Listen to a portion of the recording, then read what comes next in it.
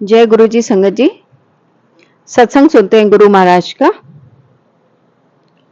एक बार एक अंकल गुरु जी के पास आते थे। आते क्या थे, गुरु जी के पास ही बैठे रहते थे सरदार जी अंकल।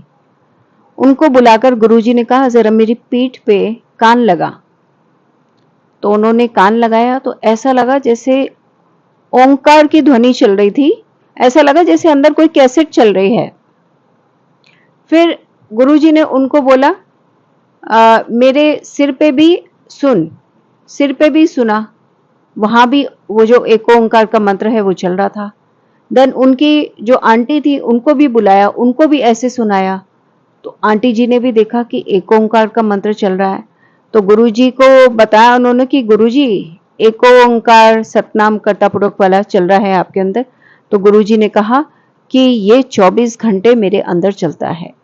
किसके अंदर चल सकता है सिवाय भगवान के। गुरु जी की महिमा दिन ब दिन बढ़ती जा रही है, हम देख ही रहे हैं। एक बार एक अंकल थे जिन्होंने कि अपने घर के पास के टैक्सी स्टैंड से टैक्सी ली गुरु जी के यहाँ जाने के लिए। तो जब वो वहां पहुंचे तो जो ड्राइवर थे उनको उन अंकल जी ने कहा कि तुम भी चलो। तो उन्होंने कहा नहीं नहीं मैं नहीं आता, बिकॉज उनको पता ही नहीं था कुछ गुरु जी के बारे में, तो श्रद्धा नहीं थी ऑब्वियसली। तो ये जब शाम के समय सब लोग मिलते हैं जो काम करते हैं, तो उस समय मिले तो बाकी ड्राइवर्स भी मिले। तो उन्होंने कहा आज कहाँ गया? बोला मैं ऐसे ऐसे गया था, एक बड़े मंदिर था, मैं वहां गया था, एक अंकल ने मुझे बोला अंदर चल, तो मैं तो नहीं गया। तो वो हैरान हो गए बाकी ड्राइवर। उन्होंने कहा तू अंदर गया तो होगा, तूने प्रसाद ग्रहण किया होगा, आशीर्वाद लिया होगा। उसने कहा नहीं नहीं मैंने ऐसा कुछ भी नहीं किया। तो उन्होंने कहा कमाल है, लोग तरसते हैं जाने को, ये तो गुरु जी की कॉलिंग थी, तेरे को तुझे जाना चाहिए था। तो सोच विचार में पड़ गए।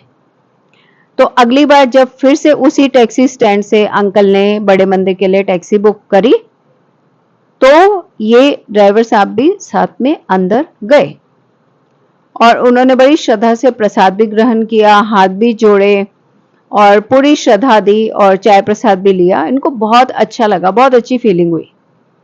देन ये अगली बार अपनी फैमिली को लेकर बड़े मंदिर गए।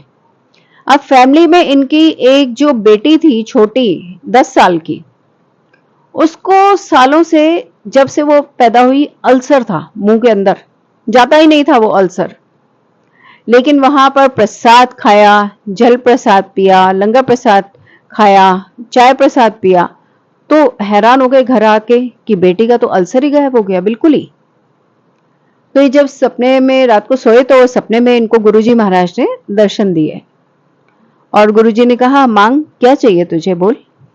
तो उन्होंने कहा जी मेरे पेट में दर्द रहता है, इतने सालों से दर्द रहता है, मैं बड़े बड़े अस्पताल, अलग अलग डॉक्टर, अलग अलग पद्धति से इलाज करा चुका हूं, मगर मुझे कोई भी लाभ नहीं है, हमेशा ही मेरे पेट में दर्द होता है। तो स्वप्न में चल रहा है ये। तो गुरुजी महाराज ने उनको लेटने को बोला और ये लेटे तो गुरुजी ने उनके पेट पे उंगली लगाई और उनके पेट से कुछ निकाला काले रंग का और उसको बाहर फेंक दिया और इनको ब्लेस किया।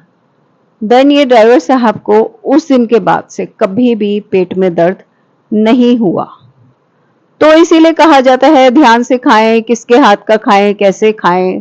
गुरुजी ने एक बार ये भी कहा था कि नजरा लगंदियां मतलब नजर लगती है, लगंदियाएं तो नजर लगती है, ऐसा ना सोचे कि नजर नहीं लगती है।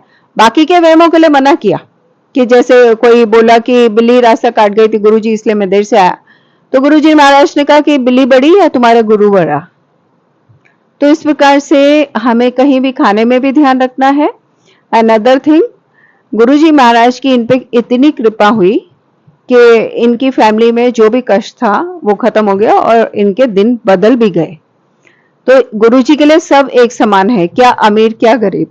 जो भी प्रेम से श्रद्धा से भोलेनाथ को पुकारता है वो भोले बाबू सबका कल्याण करते हैं। भगवान हमारे सृष्टि के रचयिता, हमारे भगवान, हमारे गुरुजी, करते हैं इनको दंडवत प्रणाम और सब मिलके कहते हैं जय गुरुजी, शुक्राना गुरुजी महाराज का।